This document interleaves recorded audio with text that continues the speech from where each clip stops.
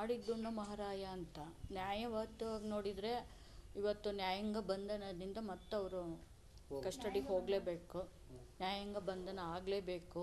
ಯಾಕೆಂದರೆ ಇವತ್ತು ಅವ್ರ ತಾಯಿ, ಅವ್ರ ಹೆಂಡತಿ, ಅವ್ರ ಮಗ, ಅವ್ರ ಸ್ನೇಹಿತರು ಎಲ್ಲ ಹೋಗಿ ಅವನು ಇದ್ದಾನೆ ಅಂತ ನೋಡ್ಕೊಂಬರ್ತಾ ಇದ್ದಾರೆ. ಆದರೆ ನನಗೆ ಯಾರಿದ್ದಾರೆ? ನನ್ನ ಮಗ ಇಲ್ಲ, ನನ್ನ ಮಗನ ಕಳ್ಕೊಂಡಿದ್ದೀನಿ.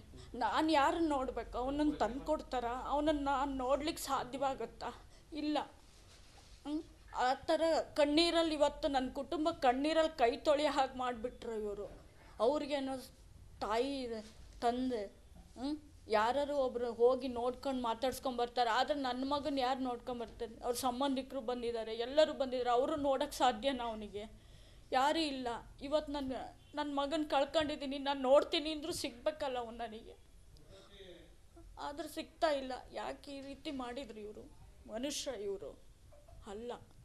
ತಪ್ಪು ಮಾಡಿದ್ರೆ ಶಿಕ್ಷೆ ಕೊಡ್ಬೋದಾಗಿತ್ತು, ಕಾನೂನಿತ್ತು. ಅವ್ರು ಏನು ಶಿಕ್ಷೆ ಕೊಟ್ಟಿದ್ರು ನಾವು ಅನುಭವಿಸ್ತಿದ್ವಿ, ಅವನು ಅನುಭವಿಸ್ತಿದ್ದ. ಅದು ಬಿಟ್ಟು ಈ ಥರ ಭೀಕರವಾಗಿ ಹತ್ಯೆ ಮಾಡೋ ಅಂಥ ಅವಶ್ಯಕತೆ ಅವ್ರಿಗೆ ಇದ್ದಿದ್ದಿಲ್ಲ. ಬಂದು ನಮಗೆ ಹೇಳ್ಬೋದಾಗಿತ್ತು, ಇಲ್ಲ ಪೊಲೀಸ್ ಸ್ಟೇಷನಿಗೆ ಕಂಪ್ಲೇಂಟ್ ಕೊಡ್ಬೋದಾಗಿತ್ತು. ಒಂದು ವೇಳೆ ಅವ್ನು ತಪ್ಪು ಮಾಡಿದ್ದೇ ಆಗಿದ್ದರೆ ಬೇಕಾದಷ್ಟು ದಾರಿ ಇತ್ತು. ಆದರೂ ಕೂಡ ಇವರು ಇಷ್ಟೊಂದು ಹತ್ಯೆ ಮಾಡಿ ಅವನಿಗೆ ಕೊಲ್ಲೋ ಅಂಥ ಇದು ಇರಲಿಲ್ಲ.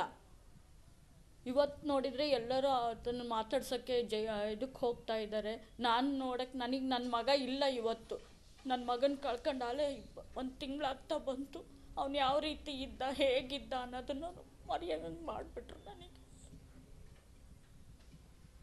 ಇತ್ತೀಚೆಗೆ ಈಗ ಸೋಷಿಯಲ್ ಮೀಡಿಯಾದಲ್ಲಿ ನಿಮ್ಮ ಮಗನ ಅಂದರೆ ರೇಣುಕಾಸ್ವಾಮಿ ತಪ್ಪಿತಸ್ಥ ಅನ್ನೋ ರೀತಿಯಲ್ಲಿ ಸೋಷಿಯಲ್ ಮೀಡಿಯಾದಲ್ಲಿ ಕೆಲವರು ಮಾತಾಡ್ತಾ ಇದ್ದಾರೆ. ದರ್ಶನ್ ಪರವಾಗಿ ಬ್ಯಾಟಿಂಗ್ ಮಾಡ್ತಿದ್ದಾರೆ, ಏನು ಹೇಳ್ತೀರಾ?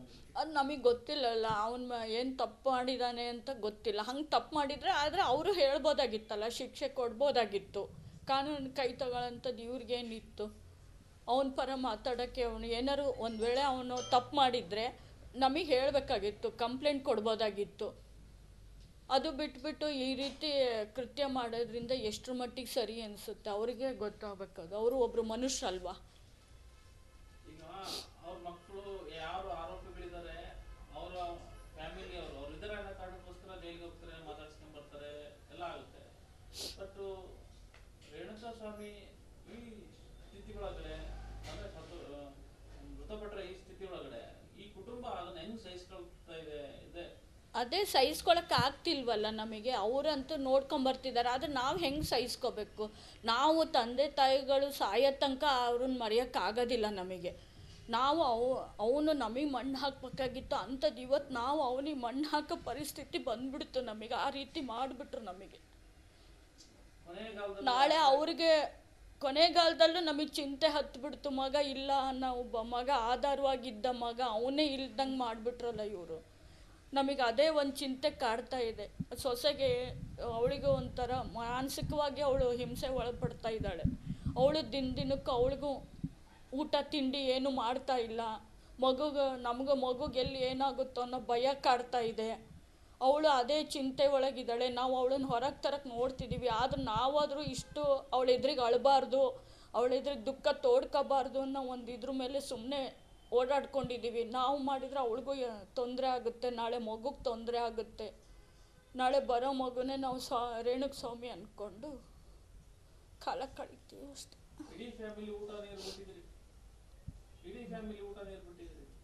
ಎಲ್ಲರೂ ಊಟ ಬಿಟ್ಬಿಟ್ಟಿದ್ದೀವಿ, ಯಾರೂ ಇಲ್ಲ. ರೇಣುಕಾಸ್ವಾಮಿ ತಂದೆಗೆ ಶುಗರ್ ಇದೆ, ಅವರು ಊಟನೂ ಮಾಡ್ತಿಲ್ಲ, ಅವ್ರಿಗೆ ಏನೂ ಇಲ್ಲ. ಅವರಿಗೆ ದಿನ ಟ್ಯಾಬ್ಲೆಟ್ ತಗೊತಾ ಇದ್ದಾರೆ. ನಮಗೂ ಊಟ ಸೇರ್ತಿಲ್ಲ, ಅವಳು ಊಟ ಮಾಡ್ತಿಲ್ಲ. ಮನೇಲಿ ಯಾರಿಗೂ ನೆಮ್ಮದಿ ಅನ್ನೋದೇ ಇಲ್ದಂಗೆ ಆಗ್ಬಿಟ್ಟಿದೆ ನಮಗೆ.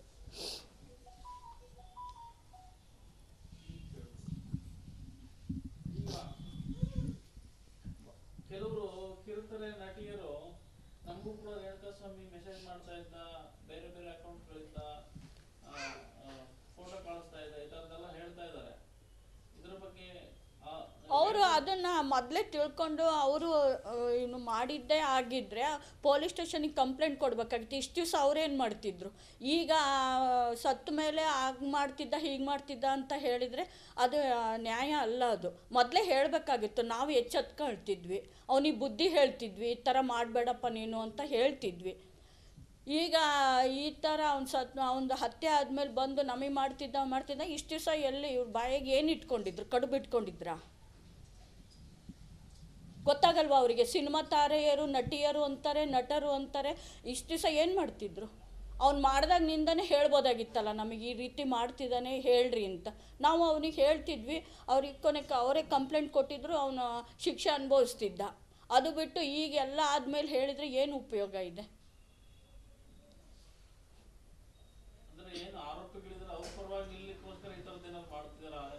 ಅಲ್ಲ, ಅದು ಗೊತ್ತು. ಕಾನೂನು ಅವ್ರಿಗೇನು ಇದು ಮಾಡ್ತಾರೋ ಗೊತ್ತಿಲ್ಲ ನನಗೆ. ಯಾರ ಪರ ಮಾತಾಡ್ತಾರೆ ಅಂತ ಅದು ಬೇಡ.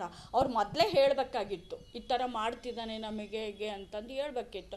ನಮಗೆ ಗೊತ್ತಿಲ್ಲ. ಅದು ಗೊತ್ತಾಗಿದ್ದರೆ ನಾವು ಅವನಿಗೆ ಒಳ್ಳೆ ದಾರಿಗೆ ಹೇಳಿ, ಅವನಿಗೆ ಬುದ್ಧಿ ಹೇಳಿ, ಈ ಥರ ಮಾಡಬೇಡ ಅಂತ ಹೇಳಿ ನಾವು ಏನಾರು ಒಂದು ಮಾಡ್ತಿದ್ವಿ. ಅವರೇ ಏನಾರು ಮಾಡ್ಬೋದಾಗಿತ್ತು, ಕಂಪ್ಲೇಂಟ್ ಕೊಡ್ಬೋದಾಗಿತ್ತು, ನಮಗೆ ತಿಳಿಸ್ಬೇಕಾಗಿತ್ತು. ಎಲ್ಲ ಹೆಣ್ಮಕ್ಳು ನಿಮ್ಮನೆ ಹೆಣ್ಮಕ್ಳು ಇದ್ದಂಗೆ ಅಲ್ಲ? ಅದೇನೇ ಹೇಳೋದು, ಎಲ್ಲರ ಹೆಣ್ಮಕ್ಳು ನಮ್ಮ ಹೆಣ್ಮಕ್ಳು ಇದ್ದಂಗೆ. ಮದುವೆ ಆಗಿತ್ತು, ಎಲ್ಲ ಇತ್ತು. ಅವನು ಹೆಂಡತಿ ಇದ್ಲು, ಅವಳು ಒಂದು ಹೆಣ್ಣೆ ತಾನೆ. ಅದು ಬಿಟ್ಟು ಈಗ ನನಗೆ ಹಾಕಿದ್ದ ಅಂತ ಹೇಳಿದರೆ ಮೊದಲು ಏನು ಮಾಡ್ತಿದ್ರು ಇವರು? ನ್ಯಾಯಾಂಗ ಬಂಧನ ಮುಗಿತಾ ಇದೆ ಮೇಡಮ್. ಹಾಗಾಗಿ ನ್ಯಾಯಾಂಗ ಬಂಧನ ಮುಗಿದ್ಮೇಲೆ ಅವ್ರಿಗೆ ಬೇಲ್ ಆಗುತ್ತೆ ಅನ್ನೋದೆಲ್ಲ ಅದು ಕಾನೂನಿಗೆ ಇದಕ್ಕೆ ಬಿಟ್ಟಿರೋದು. ಅವ್ರು ಏನು ತೀರ್ಮಾನ ತಗೊಂತಾರೋ, ಅವ್ರು ಏನು ತನಿಖೆ ಮಾಡ್ತಾ ಇದ್ದಾರೆ, ಅವ್ರು ಏನು ತೀರ್ಮಾನ ತಗೊಂತಾರೋ ಅದೇ ಅವರು. ನೀವು ಈ ವಿಚಾರದಲ್ಲಿ ಏನು ಕಮೆಂಟ್ಗಳು ಮಾಡ್ತಾರೆ, ಈಗ ಈ ವಿಚಾರದಲ್ಲಿ ನೀವು ಏನು ಹೇಳಲಿಕ್ಕೆ ಇಚ್ಛೆ ಪಡ್ತೀರಿ? ಏನು ಕಮೆಂಟ್ ಮಾಡ್ತಿದ್ದಾರೆ? ಈಗ ಅದೇ ನಟಿಯರು ಆರೋಪಗಳು ಮಾಡ್ತಿದಾರಲ್ಲ, ಈ ವಿಚಾರಕ್ಕೆ ರೇಣುಕಾಸ್ವಾಮಿ ಇಲ್ಲದೆ ಇರೋಂಥ ಈ ಸಂದರ್ಭದಲ್ಲಿ ಸತ್ ಮೇಲೆ ಅವನಿಗೆ ಆಳ್ಗೊಂದು ಕಲ್ಲು ಅನ್ನೋ ಥರ ಸಿಕ್ಕಾಗಿ ಮಾತಾಡ್ತಾರೆ. ಹೇಳ್ತಾ ಇದ್ದಾವಲ್ಲ, ಅವರಿಗೆ ಬುದ್ಧಿ ಬೇಕು, ಬುದ್ಧಿ ಇಲ್ಲ ಅವರಿಗೆ. ಇವಾಗ ಒಂದೊಂದೇ ಅವನಿಗೆ ಹೇಳಿ ಅವನಿಗೆ ಏನು ಇದು ಮಾಡಬೇಕು ಅಂದ್ಕೊಂಡ್ರೆ ನಮ್ಮನ್ನು ಕೆಟ್ಟವ್ರು ಮಾಡಬೇಕು ಅಂತ. ಆದರೆ ನಮಗೆ ಅದೆಲ್ಲ ಏನೂ ವಿಷಯ ಗೊತ್ತಿಲ್ಲ ನಮಗೆ. ಅವಾಗೇ ಹೇಳ್ಬೋದಾಗಿತ್ತಲ್ಲ. ಇಷ್ಟು ದಿವಸ ಯಾಕೆ ಸುಮ್ಮನಿದ್ರು ಇವರು? ಅವ್ರು ಯಾರಿಗೆ ಮಾಡಿದ್ರು ಅವರೇ ಕಂಪ್ಲೇಂಟ್ ಕೊಡ್ಬೋದಾಗಿತ್ತಲ್ಲ.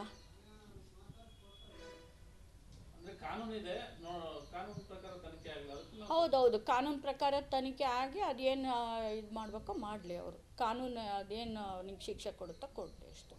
ಈ ಬಗ್ಗೆ ಸುಮಲತಾ ಕೂಡ ರೇಪ್ ಮಾಡಿದ್ದಾರೆ, ಅವರು ಕೂಡ ಏನಂತ ಹೇಳಿದ್ದಾರೆ? ಏನಂತ ಹೇಳಿ ಸುಮಲತಾ ಏನು ಹೇಳಿದ್ದಾರೆ ರೇಣುಕಾಸ್ವಾಮಿ ಸಂಬಂಧಪಟ್ಟಂಗೆ?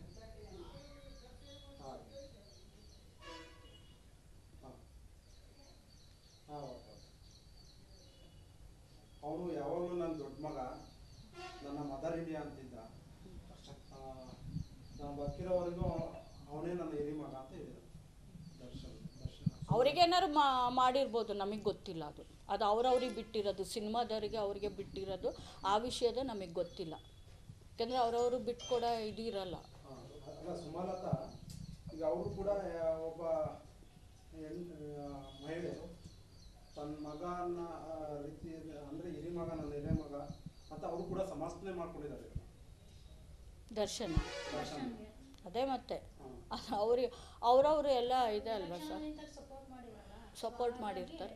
ಹಾಗಾಗಿ ಹೇಳ್ತಾರೆ ಇರ್ಬೋದು. ಅವ್ನು ದೊಡ್ಡ ಮಗನೇ ಆಗಲಿ ಏನೇ ಆಗಲಿ ಅವ್ರಿಗೆ ಒಳ್ಳೇದಾಗಲಿ ಅಷ್ಟೆ.